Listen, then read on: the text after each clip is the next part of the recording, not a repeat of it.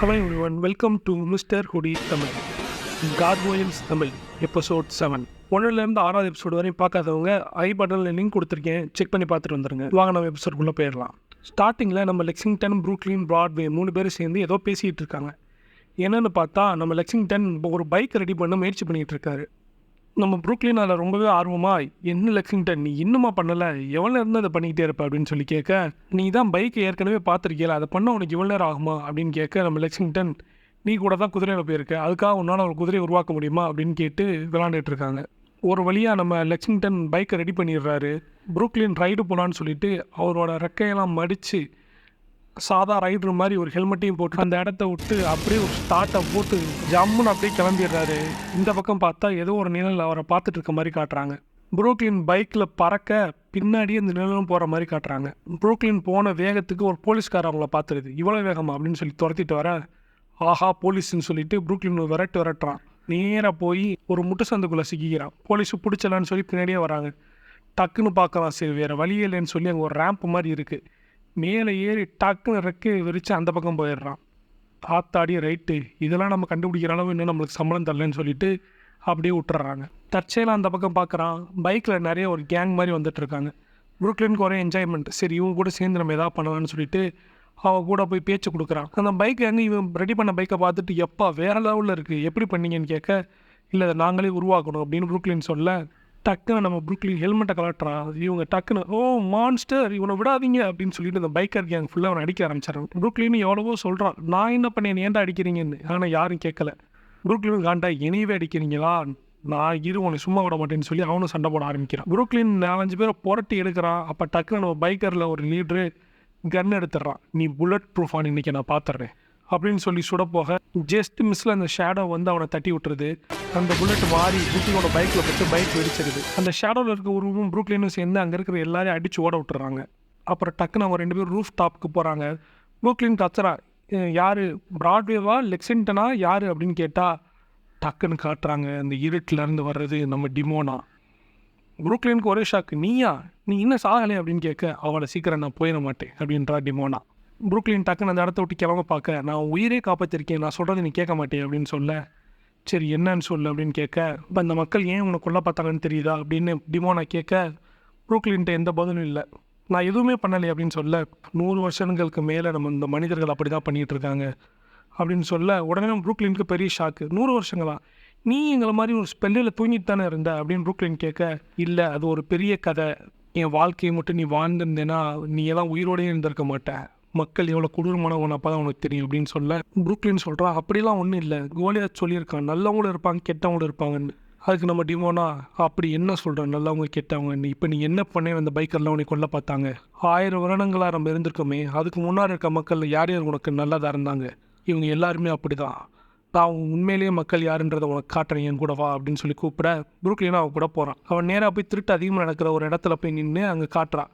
அங்கே ஒருத்தன் ஒரு பொண்ணுகிட்டேருந்து காசை பிடிங்கிட்டு ஓடுறான். நம்ம ப்ரூக்லின் காப்பாற்ற போக நம்ம டிமோனா நிப்பாட்டி, இப்போ நீ என்ன பண்ண போகிற அப்படின்னு கேட்க, நான் பிடிக்க போகிறேன் அப்படின்னு. உடனே டிமோனா சொல்கிறான், நீ என்ன தான் பிடிச்சாலும் அவன் அடுத்த நாள்லேயே ஜெயிலேருந்து ரிலீஸ் ஆயிடுவான், அப்போ நீ என்ன பண்ணுவேன். ப்ரூக்லினுக்கு என்ன சொல்கிறதுனே தெரில. அடுத்து நேராக சண்டை போடுற இடத்த போய் காட்டுறான். ஒரு ஃபேமிலி உள்ளே சண்டை போட்டுட்டு இருக்காங்க. அவங்க சண்டையில் ஒரு பையன் வெளியில் வந்து ஓடுறான். அதை பார்த்துட்டு நம்ம டிமோனா சொல்கிறாங்க, அவங்களுக்குள்ள அவங்க இனத்து கூடயே அவங்களால சேர்ந்து வாழ முடியல, அவங்க நம்ம கூட இந்த உலகத்தை ஷேர் பண்ணிப்பாங்க நீ நினைப்பியா அப்படின்னு சொல்லி கொஞ்சம் கொஞ்சமாக ப்ரூக்லின் மண்டையை கழுவுறான். கடைசியாக ஒரு கொலை நடந்த இடத்த காட்டுறான். பாரு, அவங்களுக்குள்ளேயே அவங்க கொண்டுக்கிறாங்க, அவங்க உயிருக்கு மதிப்பே இல்லை, அப்படி இருக்கும்போது உன்னோட உயிரை அவங்க மதிப்பாங்கன்னு நினைக்கிறியா, நீ வேணா போய் அவங்க முன்னாடி போய் நில்லு, அவங்க என்ன பண்ணுறாங்கன்னு பார்ப்போம் அப்படின்னு சொல்ல, நம்ம ப்ரூக்லின் கொஞ்சம் கொஞ்சமாக அவன் நினச்ச மாதிரி மாறிடுறான். இதெல்லாம் எனக்கும் தெரியும், ஆனால் நம்ம என்ன பண்ண முடியும் அப்படின்னு சொல்ல, என்னால் பண்ண முடியும், எனக்கு உங்கள் கேஸில் இருக்கிற மந்திர புத்தகத்தை மட்டும் நீ எடுத்துகிட்டு வந்தேன்னா அதில் ஒரு ஸ்பெல்லை யூஸ் பண்ணி கோலியாத்தை இந்த உண்மைகளை பார்க்க வைக்கலாம், அதுக்கப்புறம் நம்ம எல்லாம் சேர்ந்துருக்கலாம் அப்படின்னு சொல்கிறான். இவனோட சதி வலையில் நம்ம ப்ரூக்லினும் விழுந்துடுறான். சரி நான் போய் உனக்கு கொண்டு வரேன் அப்படின்னு சொல்லிட்டு நேராக கேஸலுக்கு போயிடுறான். ஒரு கேஸில் வர டைமுக்கு எலிசாவும் அங்கே வர, ஜான்டோஸ் இந்த மாதிரி இன்னும் 1 மாதம் ரிலீஸ் ஆயிடுவான், அதுக்குள்ளேயே நீங்கள் ஒரு நல்ல இடத்த தேர்ந்தெடுக்கணும் அப்படின்னு சொல்லி கோலியாத்திட்ட சொல்கிறான். கோலியாத் இன்னும் அந்த விடாப்பிடியாகவே இருக்கார். அதெல்லாம் ஒன்றும் இல்லை, இதுதான் எங்கள் வீடு அப்படின்னு சொல்லி பேசிகிட்டு இருக்கார். அந்த டைமில் ப்ரூக்லின் யாருக்கும் தெரியாமல் அந்த புக் இருக்கிற இடத்துக்கு போய் அந்த புக்கை திருடிட்டு போய் நேராக போய் டிமோனாட்டே கொடுத்துட்றான். டிமோனா சொல்கிறா, புக்கு சரி, ஆனால் கோலியாத் இந்த இடத்துக்கு எப்படி வர வைக்க முடியும் அப்படின்னு சொல்லி கேட்க, புருக்லின் நான் கூட்டிகிட்டு வரேன் அப்படின்னு சொல்லி நேராக போய் கோலியாத்துட்ட இந்த மாதிரி நம்ம 1000 வருஷத்துக்கு முன்னாடி வந்தோம்ல அதே மாதிரி ஒரு இடத்த நான் பார்த்தேன், அந்த இடத்தோட பேர் கிளாய்ஸ்டர்ஸ், அதை பார்க்கலாமா அப்படின்னு சொல்லி கேட்க கோலியாத்தும் சரி தாராளமாக பார்க்கலாமேன்னு சொல்லி என் கூட நம்பி போகிறான். அந்த இடத்துக்கு போகிறாங்க. அங்கேருந்து பார்த்தா உள்ளே இருந்து நம்ம டிமோனா வெளியில் வரான். கோலியாத்துக்கு ஒரே ஷாக், என்ன இது அப்படின்னு பார்க்குறதுக்குள்ளே நம்ம புருக்லின் டிமோனா பக்கத்தில் போய் நின்றுட்டு எனக்கு வேறு வழி தெரியல கோலியாத் அப்படின்னு சொல்ல நம்ம டிமோனா டக்குன்னு அந்த புக் எடுத்து அதுலேருந்து ஒரு ஸ்பெல்லை வாசிக்கிறா. கோலியாத்துக்கு ஏதோ ஆகுது. டக்குன்னு பார்த்தா ஒரு மாதிரி மரம் மாதிரி நிற்க ஆரம்பிச்சிட்டான். நம்ம புருக்லின் என்ன பண்ண அப்படின்னு கேட்க இப்படி இருந்தால் தான் அவர் நம்ம பேச்சை கேட்பார் அப்படின்னு சொல்லி சொல்கிறான். புருக்லின் ரொம்ப கோவப்படுறான். இப்படி நீ சொல்லி கூட்டு வரலையா, அவருக்கு உண்மை தெரிய வைப்பேன்னு தானே சொன்னேன். ஆமாம், இனிமே நம்ம சொல்கிறதா அவருக்கு உண்மை அப்படின்னு சொல்லிட்டு மனிதர்கள் எல்லாம் மோசமானவங்க அப்படின்னு சொல்கிறா.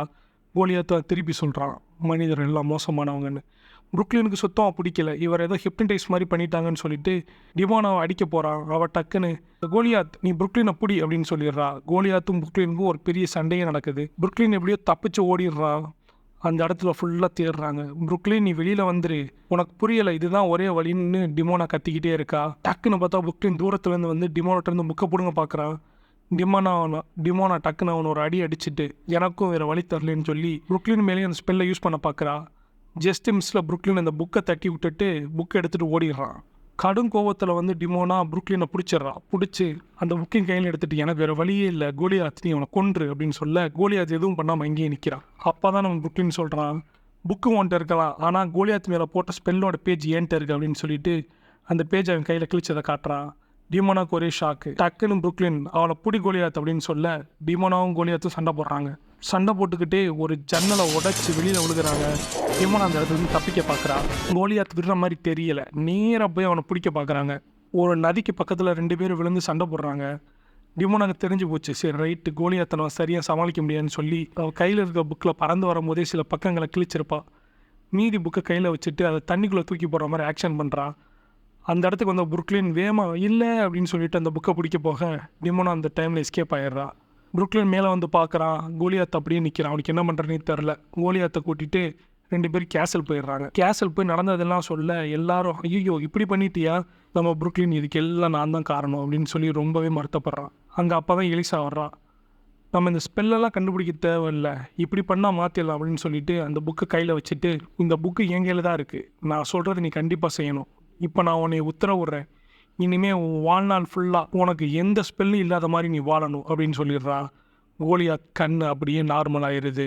டக்குன்னு கோலியாத் எலிசா நீ ரொம்ப விவரமானவ அப்படின்னு சொல்கிறான். உடனே புருக்லின் சொல்கிறான் நீ ரொம்ப நல்லவ எலிசா, அப்போ மனித இனமும் நல்லதாக தான் இருக்கும் அப்படின்னு சொல்கிறான். அப்படி சூரியன் உதயமாக போகுது. எல்லாம் வாங்க தூங்கலான்னு சொல்லி போகிறாங்க.